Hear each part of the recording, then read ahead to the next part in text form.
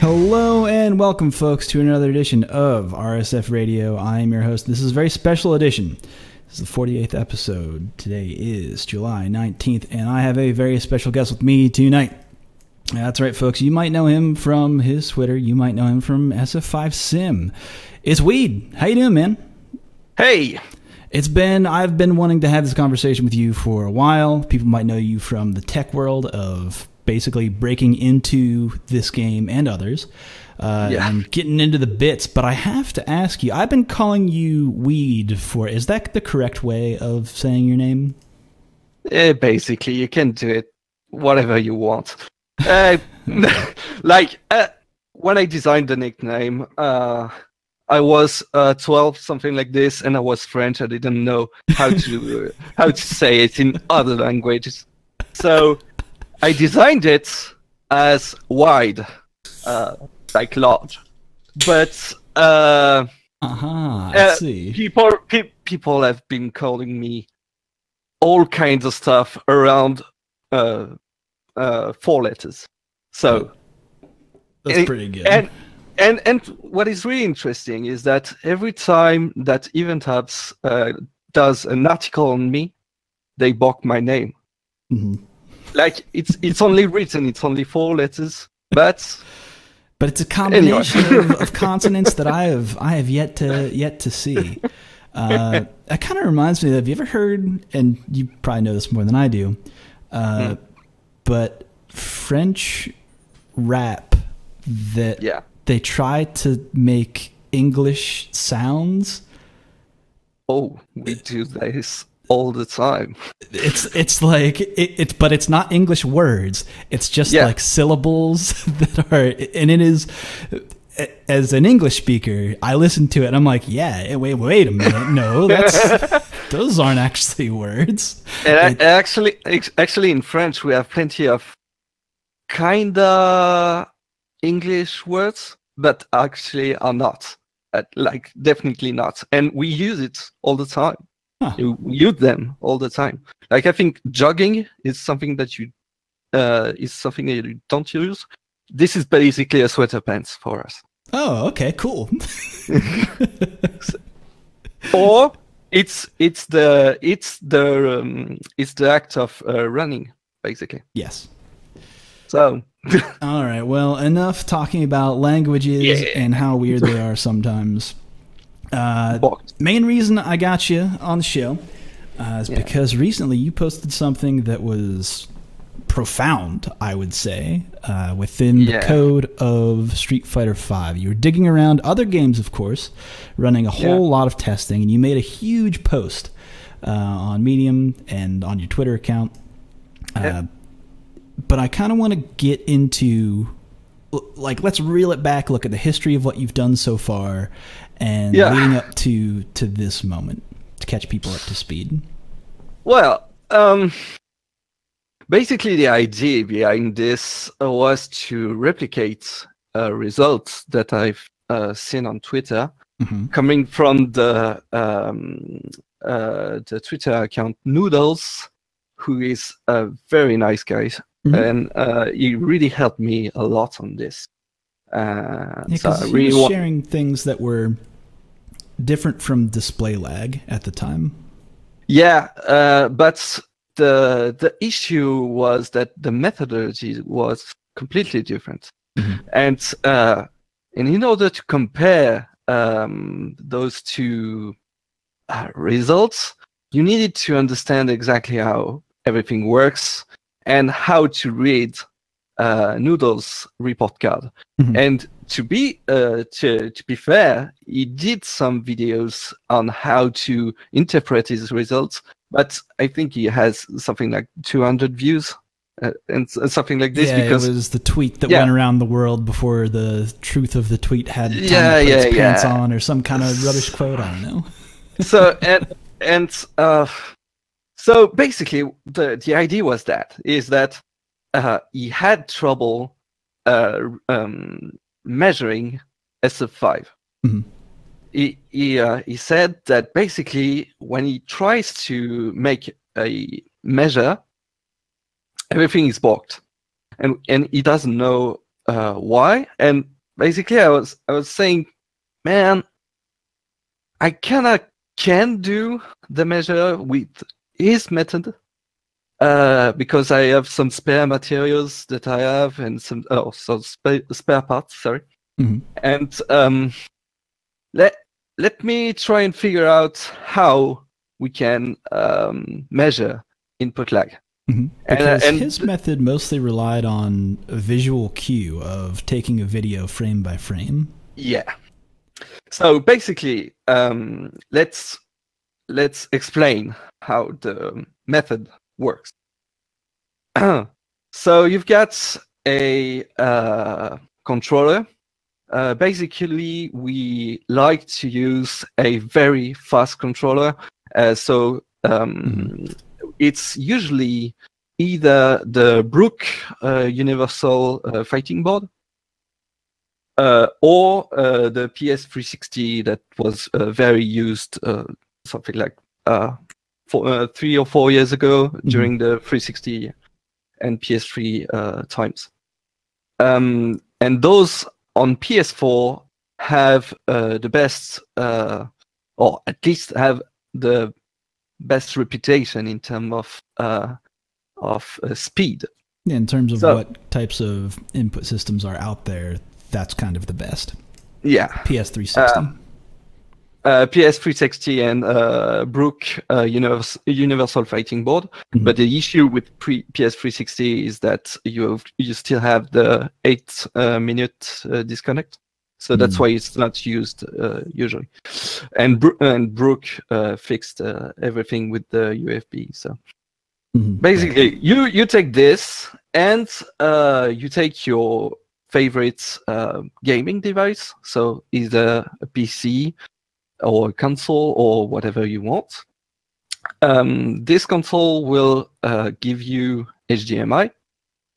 And after that, the real neat idea is to get your video output and convert it to an analog. So you just take any converter on Amazon to convert an HDMI to a video component. That's something that you can plug on basically any old TV. And what is really interesting is that it's pretty simple to create a small circuit that when you press an input with the button, you can let's say press MP on the input controller, and at the same time you remove the colors from the video. Okay. So that's the real idea, and because it's in the analog world, as soon as you pressed the button, the color is gone. Right. Basically. Because basically what you do is you shut down one of the component signal. And then you just need to capture the video output using, so I'm using AverMedia LGX. Basically, whatever you need that captures 180p 60 frames per second. And after that, you just need to look at the footage and time when the color is gone and when the actual animation goes out. Right. And then you time between those two moments and see exactly what happens. And what is really neat with this is that you can, because the time when the color and disappears is pretty clear when you look at the video footage. Right. You can see exactly when you've interrupted. That's like your marker. That's your video marker. That's a marker. That is the moment that you pressed it. Yeah, and what is really interesting is that you can time exactly inside the frame at the millisecond level. Or even less than that, actually. So you're getting exact results based on the video capture that you're doing? Yeah, and because it depends on when you press your button during a frame, then you have a very high precision in terms of results. Right. So that's basically the idea, and I don't know if that's an original idea from the Noodles, but it's very smart. And that's what I've been reproducing, basically. And after that, in the first version, I tried to do PC. Right. You ran a whole test of this on a bunch of fighting games, bunch of different fighting games. Yeah, I've got plenty of fighting games on my PC because I don't have any console. Mm-hmm. And I tried different games, and the main issue I had was that PC is pretty neat, but you get 120,000 knobs that you can turn. Yeah, there's all kinds of settings. There's VSync. There's all kinds of settings. All kinds VSync of resolutions. Is the easiest one. yeah, that's like base level, and that's an issue. But and you've got plenty of knobs that you can turn inside the NVIDIA control panel, etc., etc. And Display Lag actually wrote an article on this and tried to measure SF4 on what is the actual change when I turn this knob, when I turn this knob. Right. And everything changes from 3 to 7 frames. So and not all PCs are the same. There's a whole wide and not all PCs are the same. Yeah. If you change your graphics card, everything is different. Right. And firstly, I was that was kind of overwhelming because there was a lot of stuff to take care of, and even with that, I didn't get the same results as Noodles. Right. Because it has basically the same issue when it comes to PC. So I was really frustrated by that, and I wanted to. People wanted me to test actually on PS4. Because that's the thing that people are playing on in tournaments. And in tournaments, you don't see PC. Right. And for a whole wide of reasons. And controller driver issues. Like there are a number of logistical reasons. Like we get it. Like running things on PC, you can run a bunch of games on PC. Actually, in terms of controller drivers, I should point out one thing. You can use SF5D inputs, which is the stuff that Dantarian and me wrote 2 years ago, and it works perfectly. So there's a solution for that. Yeah, and it supports all the plugs and unplugs and etc., etc. And that's one of the main issue that PC had. Anyway. Okay. Rad. I actually didn't. Why didn't I know that? Regardless, that's awesome. Yeah. And people who are thinking about running tournaments on PC, that might be an option for you.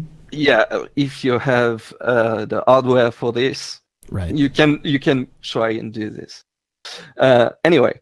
PS4 is tournament standard, so you wanted to test on PS4.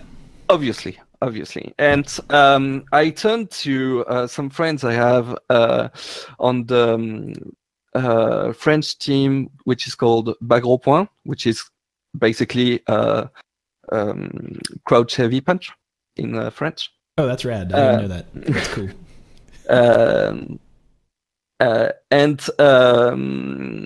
And basically, one of the guys said, "Hey, I have a PS4 at home. I don't use it that much lately, so you can borrow it for a weekend. No worries." And there's 14 games on this, 14 fighting games inside this. So basically, the idea was, hey, I've got one weekend in front of me. Let's bust this thing out and here we are. And test all these results. Yeah. And so you, with all that history of your way of testing, you took it to this PS4 and you tested all of these games and you made this huge post breaking down both the input lag and something that is quite interesting, which is probably going to turn into the meat of this conversation, the stability. The stability. Yeah. So the stability. So let's kind of explain exactly before we get to stability. Let's get to just the base results of input lag, because that's the first chart that you show. Yeah. So basically, I'm using this letter system because it's way easier to understand. So basically, if you have less than 3 frames of lag, I mark this as an S tier game. And those S tier games that I've currently listed are Under Night in Birth, or it's Unist exactly, and 2 of the Blaze Blue games I had, so Cross Tag Battle and Chrono Phantasma Extended. So those are really, really consistent, and actually the Blaze Blue CPE is the reference game for Noodles to test things on. So when he tries to change his methodology, or when he tries to change some parts of his hardware, in order to see if something has changed, he turns to this one, and this is really consistent. Every time you try to measure something, everything is always the same, and it's really fast. Very good. So yeah. After that, you've got the 80s, and you've got basically Guilty Gear, Xrd, Street Fighter 4, and Third Strike. And I don't know, actually, specifically the 30th anniversary collection. Yeah, the 30th anniversary. Which we can get back to that one, because there is. Yeah. Well, it's pretty complex after that. Yeah. So let's not talk about 30th anniversary because it's pretty specific. After that, on the B tiers, you've got DB, Dragon Ball Fighter Z, and Dead or Alive, actually, that I had. Tekken 7, and B tiers is completely decent to play on. So basically, B tiers means Street Fighter 4 on PS3. Right. That's the feeling that you will have. And after that, basically, you've got PS2 games that were ported. So I had Samurai Showdown 6. That one bummed me out. That one bummed me out a little bit. I get it, but it bummed me out. Yeah, and I had as KOF 98 that I tried to measure, but it's pretty hard to have consistent results because the game has a blur effect. So it's hard to detect the first animation frame. So and because on this batch of testing, I was using a program that I created that specifically provide me all the timings. Because if you want to analyze the video feed to extract the input lag, you need to do this frame by frame, and it's pretty long to do this. Yeah, if you were to do this manually and I did that I did this for the PC, and basically a 2-minute footage is something like 15 or 20 minutes of analysis.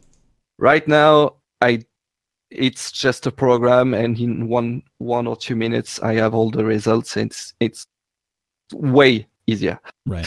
But I need to have a clean video and I can't have blurry effects or such as you got like with DOA5.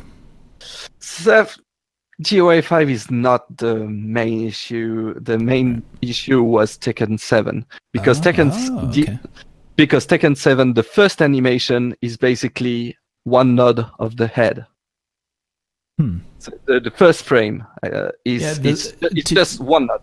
Yeah, I guess for people who aren't familiar, because this is a Street Fighter podcast, doesn't really cover Tekken that often.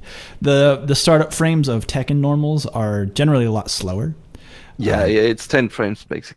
Yeah, for like your jab, 10-frame jabs. So like, actually, I wanted to point out, like, seeing Tekken down sub 5 frames of input lag is actually pretty good. That's a far improvement from what it used to be.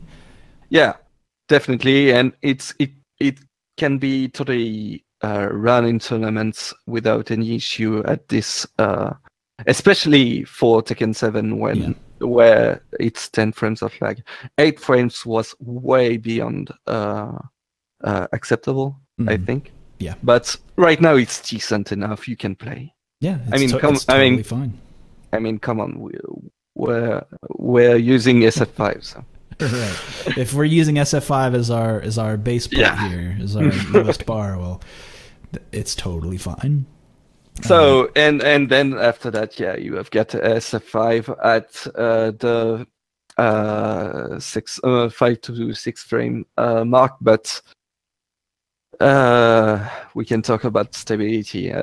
Right, and you can see 6 frames and go, okay, that's not buck wild. I can deal with 6 frames. There's ways I can manage that. Remember that in this methodology, you don't have the lag of the screen, and the lag of the screen is at best if you're using a lagless, it's 10 milliseconds. So it adds a little just a smidge below the frame. Mm-hmm. So then what you've done is you've created a quick way to test a bunch of games in terms of input lag. And just a question, I don't know if I saw this in the post, but that particular line of code, have you made that available on GitHub or something? Yeah, obviously.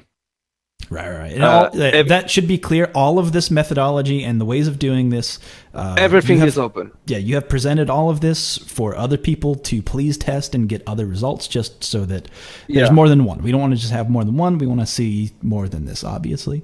Yeah, and I've detailed all the components I'm using, all the specific components that I'm using. So if anyone wants to criticize or have any perhaps sorry, or improve the method, perhaps, or improve the method, but the latest Noodles results suggest that the method is pretty strong because it tested the method basically.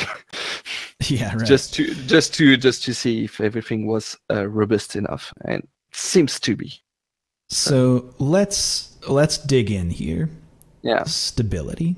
What does it mean? What do you mean by stability? So the stability, I had a definition when I tried to do PC, but it was not good enough. So basically, the stability definition that I have is that if you have one timing of input, so basically, if you press let's say medium punch at 6 milliseconds after the beginning of the frame, you should get the same input lag, right? Mm-hmm. So the stability is the probability of having the same twice in a row. That's basically the idea. So if you have a stability of, let's say, 50%, basically that means that at the same timing, or more or less the same timing, you've got let's say you've got 50% chance, basically. Yeah, you get 50% chance of having 3 frames or having 4 frames, let's say. The variance that you're using here is approximately a frame. Am I correct in thinking that? Yeah. Okay. So basically, if you have 50%, basically you can have 2 readings that are that can happen at random. Right. And that's, you can find some instability at some timings.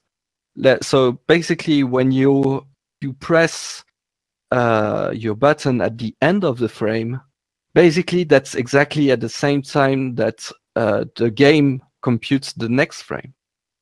So depending on the fluctuations and plenty of stuff, you can have some instability at this point, and that's normal. That's why all the games have 95% of stability, because there's still some variance at some point, because that's normal. That takes into account like the last 10 or so milliseconds of a frame, where we're talking about milliseconds. This is we're talking about milliseconds, and very short basically time. Yeah, it's basically in the last 3 or 4 milliseconds. Oh wow, I gave it a little too much of a buffer there. So like 3 or 4 milliseconds here. Yeah. Very small window. Yeah, because that's exactly when the game reads the input, and it can vary just a bit.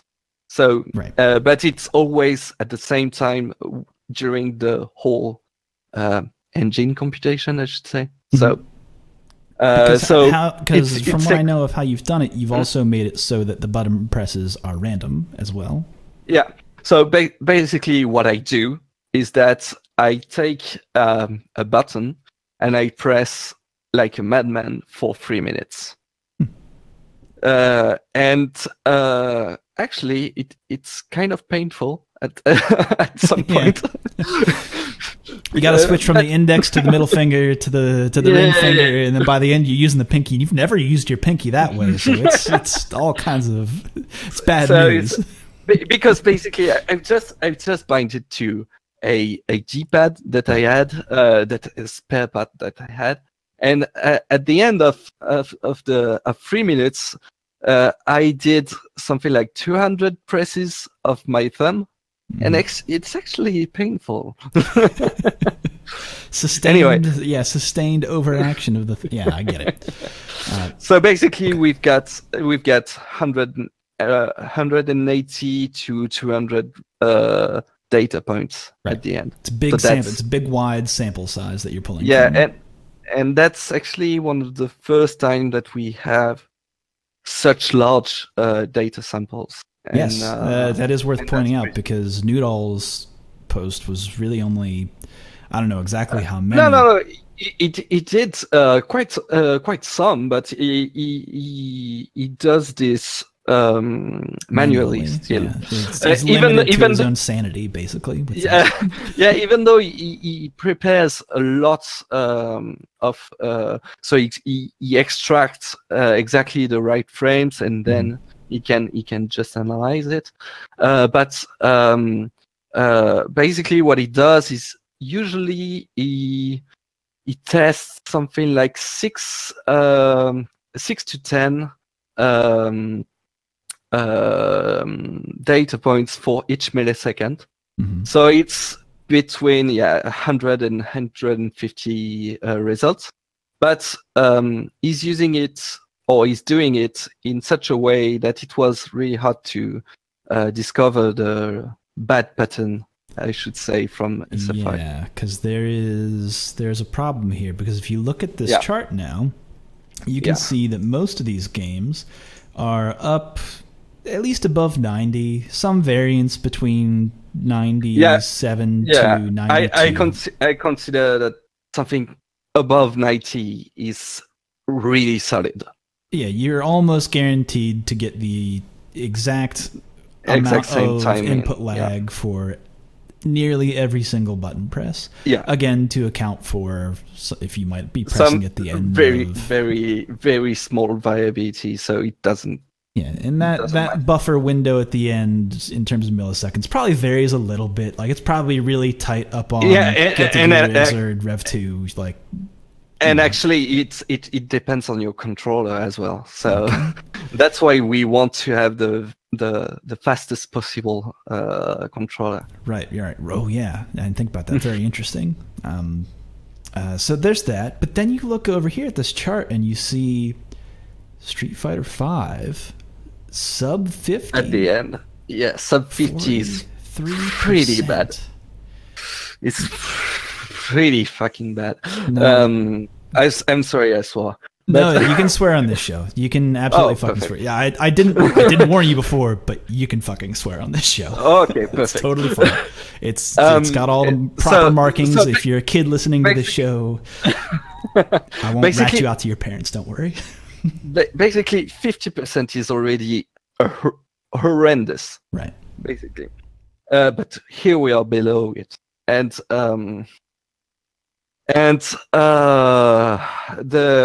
So explain to me, we kind of touched on this a moment ago, but basically what that means is that when it's below 50%, you have less than a 50% chance of having an input lag variance of 1 frame per button press. No, you have less than 50% to have the same. You have the less than 50% to have the same timing. Right. Oh yeah. Okay. Yeah. Right. That actually matters. What is the? Do you have the? I didn't ask you this, and I don't know if this is listed here. But what is the variance on that in terms of input lag? Do you have that? What the in between frames? So for SF5, right. So for SF5, I get a variance between 4 to 7. Okay. So when I say 4, it's a way of counting frames. So when you have all your measure at 4, basically it's 3.5 frames of lag, because it depends obviously on when you type inside the frame. But basically it's between 4 and 7. So you've got a variance, or I don't know how to say it, a width of 3 frames, or 3 to 4 frames. And actually I had the variance is 3 to 4 frames. Yeah, I had one reading at 8 in the CPT stage. But maybe that's something that I didn't that I could have on the training stage, but because it's so rare, I didn't have it. But I had one measure at 8 frames, and a few measures at 4. So basically, you get 4 or 5 frames that are possible when you type one, when you press one button. So, and the weirdest thing is that it's cycling. Okay, so here is where we're getting into the weeds. So not only does the game have variable input lag between basically a variance of 3 frames at any given moment, from 4 to 7 frames. Yeah, that basically. It's actually, you're telling me it's somewhat calculated based on a cycle or a timer in the game. So I mean, that's what the data suggests. So the data shows that when you plot the input lag over time, so when you just plot the measures that you had just over time, you don't try to aggregate anything. You see a cycle. So basically, it starts at 4 frames. So you've got you're between 4 and 5. You oscillate around this. Not very stable, but hey, anyway. And then you go to a plateau at 6, and then you go to a plateau at 7, and then after that, so we're talking about a minute wide of time. Right. You go back to 4. Or 4 or 5, it depends on the cycle, but and basically it does this slow curve, I should say. I have for the 1 curve minute up right now on the video, and you guys can see this for yourself on the Medium post, where it basically down at 4, hops up to 5, hops up to 6, up to 7, over the course of what you're saying is a minute.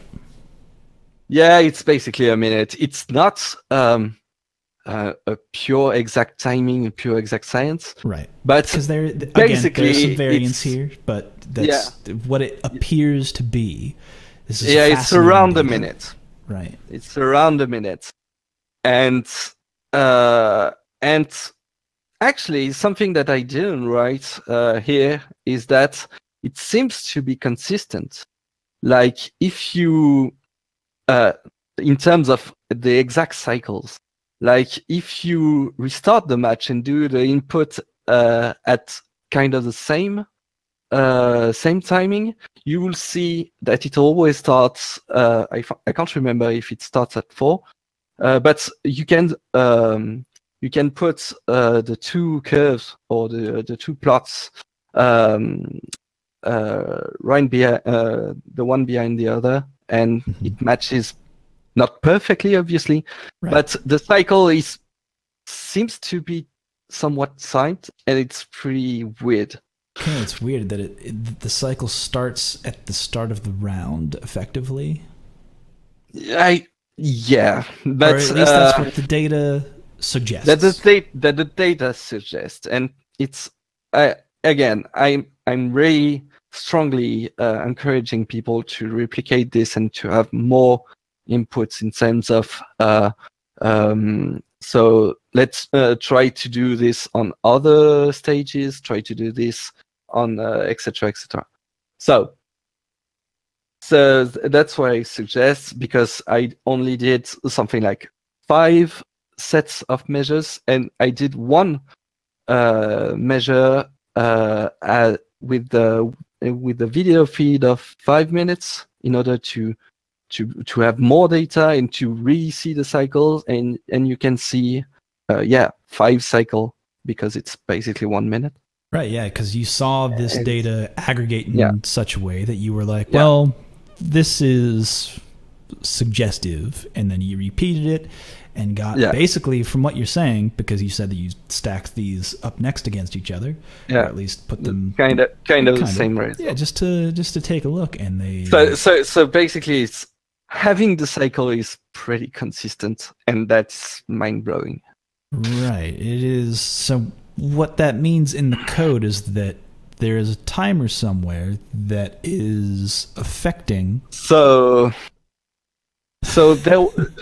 basically, when I published these results, right now I think I'm on something like 800 retweets or something like this. So it's gone pretty mad, and I had people suggesting some ideas, but so one of the ideas, which is the only one for me that makes sense, is that the PS4 runs at 59.94 frames per second instead of 60. Okay. It could be lost in terms of it is a way of tracking time. But this should never happen, obviously. But that's something that could suggest a 50 seconds cycle. So maybe I have another suggestion, which is basically the intern that was trying to write the netcode forgot something, and it's now gone in production since 3 years. Yeah, someone wrote a line of code that was subsequently just not working at that company any longer, and then it just because honestly, in all fairness, that happens. Like I'm working on computer science, and I've seen some weird shit in production, right? I heard a crazy story today about what alien game that came out where they basically they misspelled tether, which would tether the alien AI to a whole bunch of other things, and just fixing that spell correction, like then just the game had AI now. So just, this shit happens, right? Like, this shit happens. It's weird. I'm pretty sure it's just a stupid mistake somewhere. But what I said to some people on Twitter is that, hey guys, it's not my job to debug Capcom. So basically, what I always say is that if I'm doing this for fun, I don't care if I get paid or not. But if I'm not having fun, I consider this as work, and you can't afford my rate. Basically, that's a good line. That's a good line. But speaking of rates, I'm going to touch upon this again. Speaking of rates, if other people did consider this work valuable, are there ways where people can support that? Oh yeah. So basically, there's two ways. The first one is to go to sfvsim.com. And there's a donate button, which directly supports my work, or at least I will consider this as a recognition of my work, and it's really appreciated. It's like a tip jar, basically. Yeah. Like, hey, exactly. I've used this before. I like seeing the hitboxes. I like doing and to be fair, what I do is that because I don't need the money, because I'm currently running a high-paying job. Because I'm a PhD, I'm a senior computer science PhD. Again, they can't afford your rates. So that's why I'm saying this. So basically what I do is I give the money to the Red Cross if you give me money, but I get a discount on my taxes, so everyone's a winner. Yeah. So, no, that's good. That's very good. That's an idea that I had from Luffy, actually, French player. Oh, word. All right. Aside from that, there is some other topics here that I think need to be kind of discussed. Just one thing. If you want to support me, you can buy me games that I want to test in public. That's actually super true, because currently you don't have a PS4. I have ordered one. Yeah. Oh, you know what? I did see. I lied. I did see that tweet. Which did you go with? Which brand of PS4 did you run it with? Because of the Amazon Prime days. Like. Right, so PlayStation Network gift cards is like send them your way. So I have bought a PS4 Slim. Okay, and these were all tested on what type of PS4? I did my tests on PS4 Pro. Okay, worth noting. With the boost mod, which tries to overclock the CPU, etc. Interesting. Okay. Regardless, all of that, it is all noted there in the methodology. It's to be replicated, and you'll probably run the same test on the Slim once you get it, I assume. Oh yeah. Absolutely. And actually, currently, I'm talking with some people about testing arcade boards.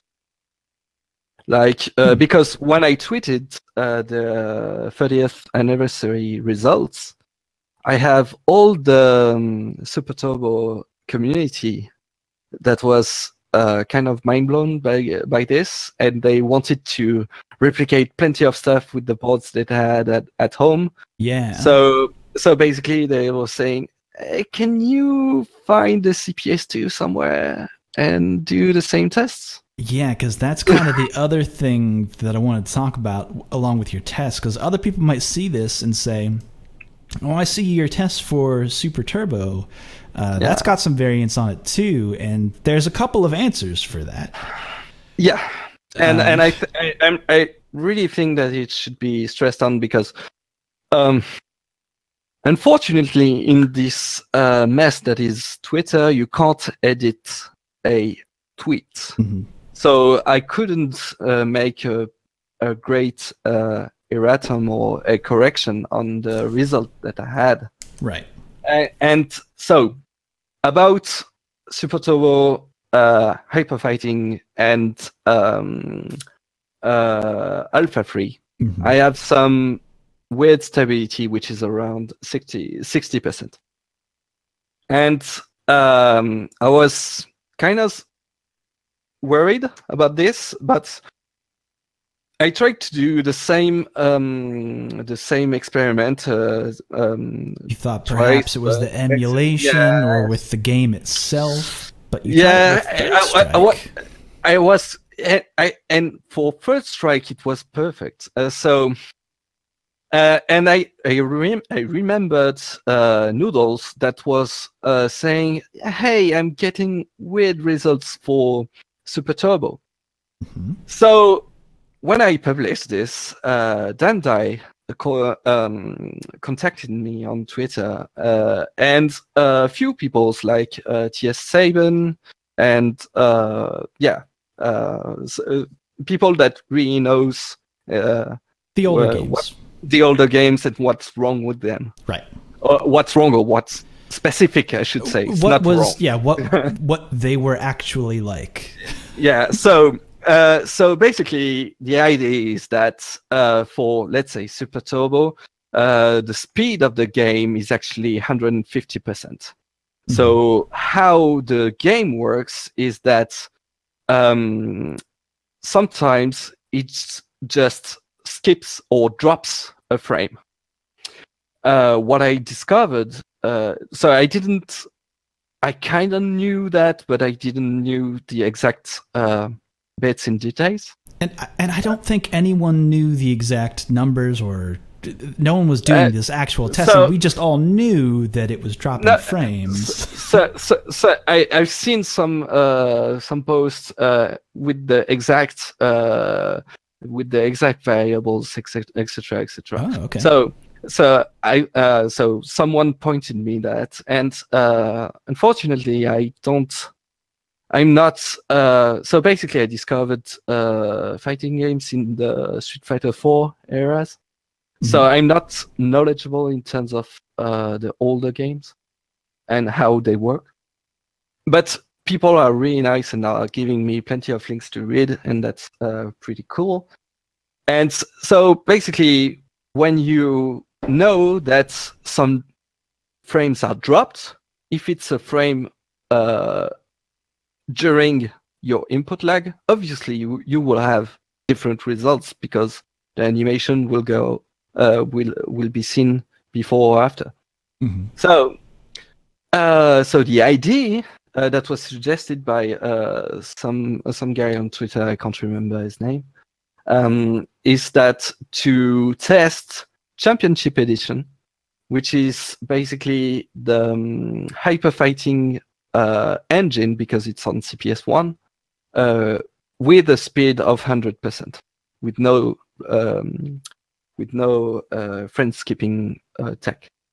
Kind of the same thing for Super Street Fighter 2 New Challenges, and the same for Alpha 3 with the setting of speed 1 that you can change inside 30th anniversary, and I didn't know that. Mm-hmm.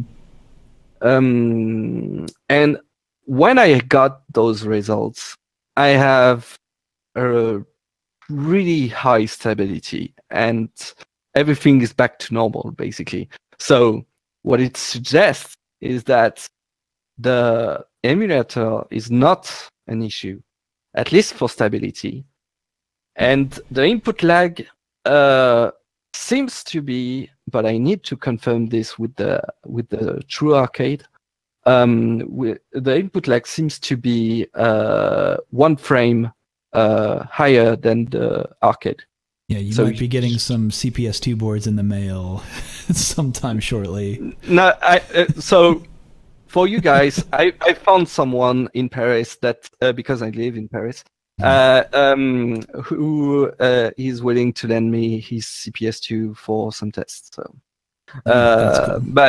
but so you will see that during, I don't know, August and something like this. So. But what it suggests is that at least for PS4, the stability is pretty strong in terms of emulation. So good job, Digital Eclipse, for that. There's 1 frame that is missing somewhere, I think. I need to confirm that with the arcade readings. But in any case, I'm pretty sure that's something that was never seen before. In any emulation that we could have, aside on PC and MAME and custom builds and etc. So for console release, it's pretty strong. Yeah, it is pretty arcade perfect. Actually, if you go back and listen to the episode with Arliath, that Arliath was on, he was basically like, yeah, this is to a fault, in fact, arcade perfect. Which is why you actually see the Third Strike emulation was spot on. Yeah, the first strike was spot on. There's no frame skipping tech inside the Third Strike. It's CPS3 and it's still classified as a 8-tier input lag, which is basically Street Fighter 4. So if you are able to play on Street Fighter 4, I know they are not the same games, obviously. Maybe the Confirmed Super won't be as easy, but here you go. You might have one extra frame for emulation. Is what what your assumption is currently. Again, you haven't tested it yet, but that's the current assumption. But if there is one thing that I've discovered during all those years, and specifically for this episode, is that I don't trust any common knowledge that people have on tech. Like, do you remember this afternoon when I learned you that the free frame buffer doesn't exist? Oh, well, so you kind of got me when you were like, this is a 5-frame button. I was like, yo, excuse me. Like, I mean, because I know that there's some buffer on Wake Up. This is a known thing. I did not know how much it was, though. Yeah. But it's on links as well. So to everyone, the free frame buffer myth that exists in SF5 doesn't exist. It's a 5-frame buffer. That's buck wild. Buck wild, in my opinion. But considering what input lag we have, it's best that it's that wide. Yeah, honestly, it is. And well, I kind of posed the question. And this is what you were responding to of really what came first. Was it the input lag, or was it the buffer? I really strongly sense that the input lag is just some stupid idea, and the link buffer was a specific and conscious design of SF5, and that's what they always said, is that we want people to be able to do combos, right? For better or for worse. And there's evidence of that, and you can even look at Omega Mode in Street Fighter 4, where they introduced a buffer, which I had totally forgotten that they had done that, because the life of Omega Mode is so small.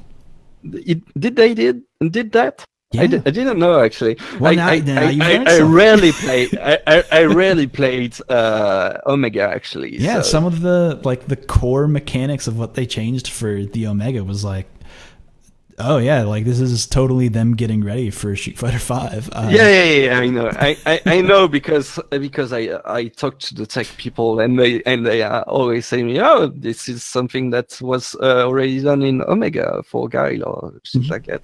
So, anyway. All right, so I think that just about covers most everything about about your methods, and people can find it. I'll post the links in the comments of where people can find this. They haven't seen it already. And don't worry, I'm going to still do some input lag tests in the next few weeks. So yeah, more tests coming. So more expect more results if people follow you on Twitter, which is at WydD. Please give Noodles a follow because he's tested a lot of games. Like he has tests for Marvel vs. Capcom 3 and Infinite. He has tests for Skullgirls, etc., etc. So things that I didn't cover because I didn't have the game. He has done a lot of those stuff. And he has the same methodology as mine. So if you want to see what your favorite game is in terms of input lag, go to his Twitter. Yeah, it's a very good source for that information. Very prolific in terms of testing. Anything else you want that we didn't touch upon on this topic that you want? On input lag, I don't think so. There's plenty of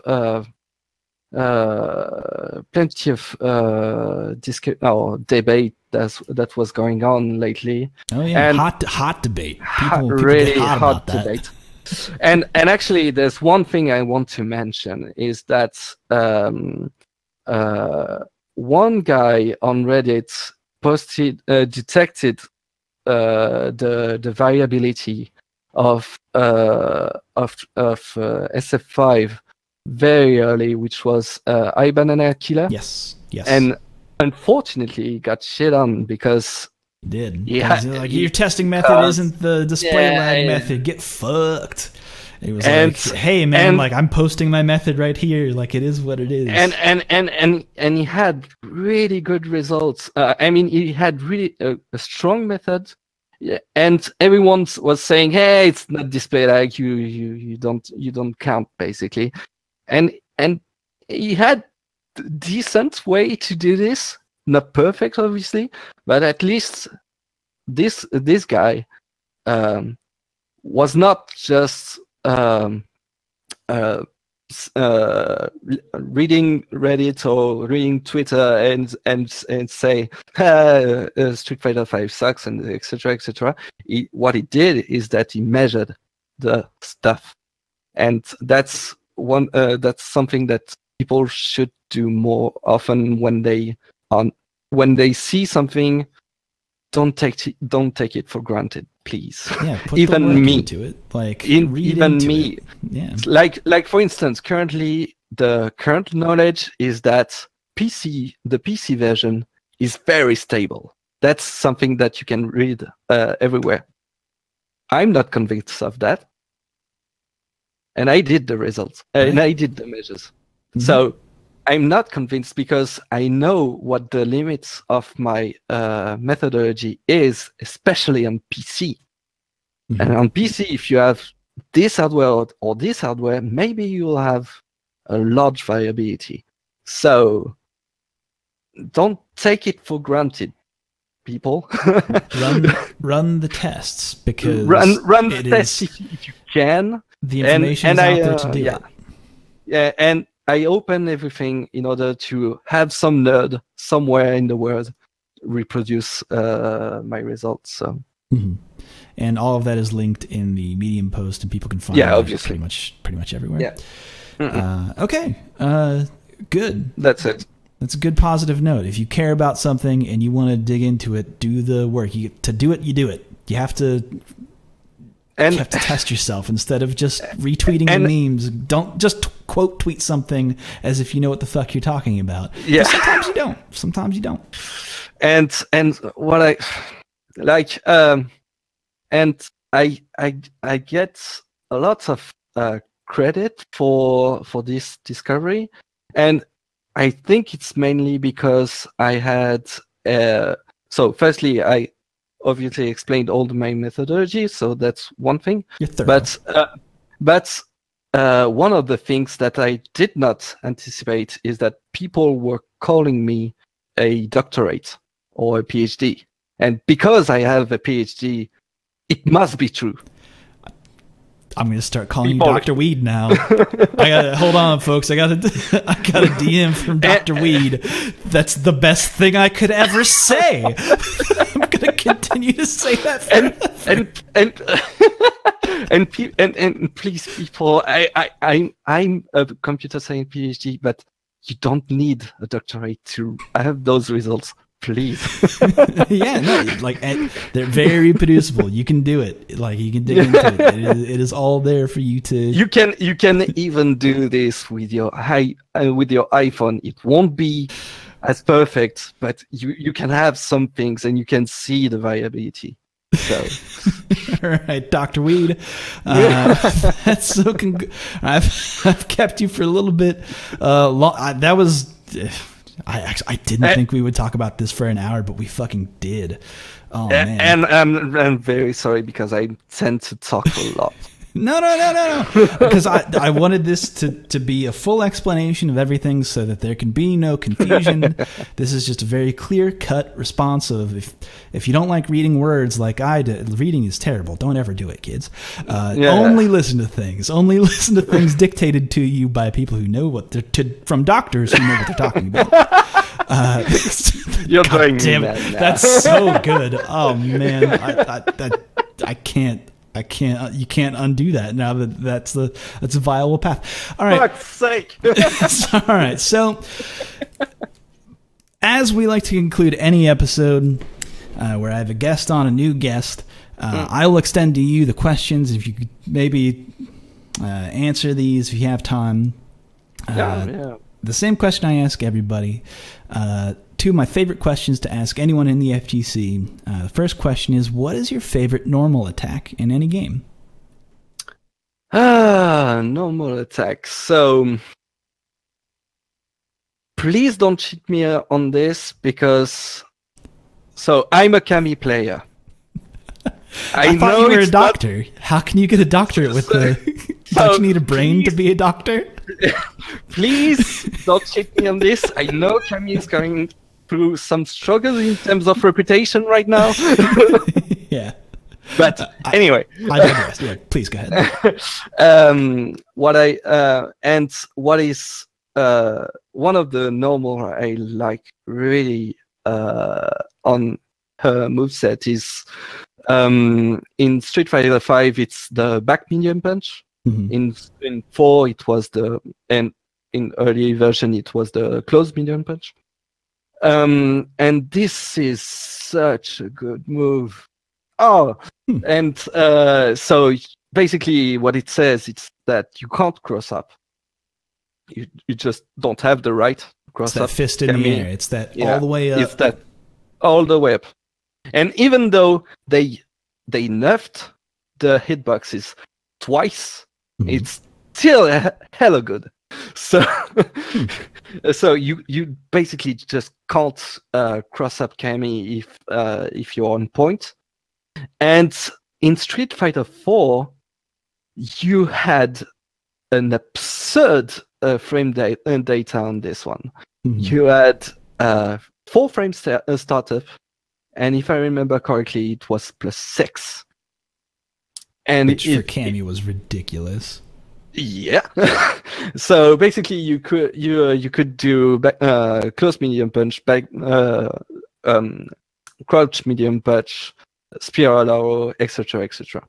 And on 5, it's not the same, but it's completely broken as an anti-air, and it's still interesting. It gets good like weird counter hit properties. Totally. And it's and since season 2, because at season 1 it was only +0, I think, if I remember correctly. And but now you can combo out of it. So that's always fun. It's plus. And yeah, that's plus. So yeah, that's my best normal. The second one would be heavy punch from Kami, close heavy punch, because you can find it on all versions of Kami, and it's fucking strong. Yeah, so, it looks strong. Is that like double hands, like? Yeah, and that's why the axe handle. In 4, that was the Iron Fist Kami was built on low strong and low heavy punch and heavy punch, standard heavy punch. It was really hard. Anyway, so that's it for my normal. I'm with you on that. Kami, yeah, good Kami. Kami has good normals, as it turns out. Who'd have thunk it? All right, next question. The closer. What is your favorite combo in any game?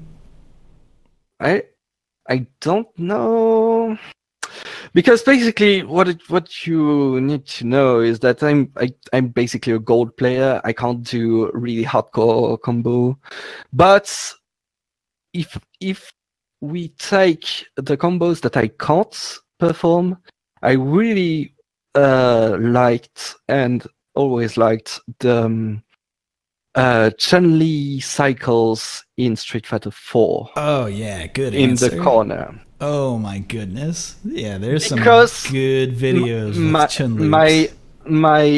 My favorite player for 4 was Valmaster. Makes sense. But first thing is he has the same last name as me, so that's always good. And it's fairly common in France. So. And secondly, this guy did that in front of me in Kakutop, if I remember correctly. Yeah, and do it. And I was completely blown away when I saw this, and everyone was saying, "Yo, death combo live, etc., etc." And it was pretty mind blowing. So yeah, I have plenty of other combos. I really like BNB combos in general. Like Guilty Gear BNBs are really the shit for me. I'm a Melia player, and all the yeah. As you can see, I don't pick weak players. why fuck around? Why fuck around with bottom tier when you can just throw that disc out and then they got to guess, man. Exactly, and all the small BNB combos that you can do with her are really, really rad to execute once you grasp how you do it, and it's really cool to have. So yeah. So in terms of best combo, Chun-Li loops, perfect. Yeah, leg loops. Look up those leg loops, specifically like Chun-Li versus Abel, and just see a combo that goes all day. You run out the clock on that combo. It's ridiculous. It's so good. That and Melia B&Bs. I like it. Good answer. Well answered. Yeah. All right, folks. That will just about wrap up the episode. I want to promote Dr. WydD and all you've got going on. We can find you at W. You will always calling me like this, aren't you? Dude, Dr. WydD is so. Actually, I cannot express to you how good that is with words. And actually, when I went to Stunfest, it was 3 years ago. I did some 2v2s with a friend. And we were called the doctors because he and I were also had a doctorate. Had a doctorate. And obviously, first round we go against Valmaster and Gigapower. And Valmaster basically swiped his arcade stick, and we were dead. Leg loops for days. Yeah. All right. So people can find you at WYDD on Twitter. Also check out SF5 Sim. Yeah. Or SF5 Diff. Yeah, that's those two things that I mainly do in my spare time. So. All right, awesome. Anything else you want to plug before we close up shop?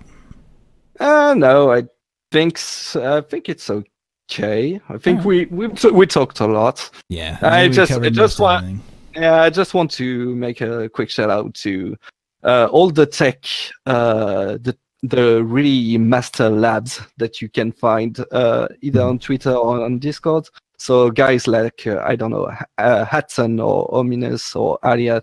Yeah, or Automata, etc. More people need to follow Hudson, Noodles, Ibanana, like all these people. Please, people follow Hudson.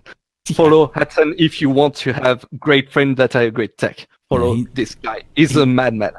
He is like the secret. He's the secret tech follow that no one knows about yet. Regardless, follow Hudson. And that does it for the show, folks. Every Thursday you can find the RSF Radio. Again, I'm Joe Monday. You can find me at Super Joe Monday on Twitter.com, or you can hit me at Reddit SF, which is the official Reddit Twitter account from our Street Fighter. Sure, that's every time I say it, that sounds really fucking dumb. I can't back away from it, but it is what it is. You should write it and just perform it, right? Like an actor. Yeah, go to twitter.com/RedditSF. Yeah, maybe I'll have more. If that's where you find all the hottest memes, folks, all the meme trash that you can swallow. All right, folks, that does it for the show. Thank you for joining us. We'll catch you again next Thursday. Take care, folks. Until next time. Cheers.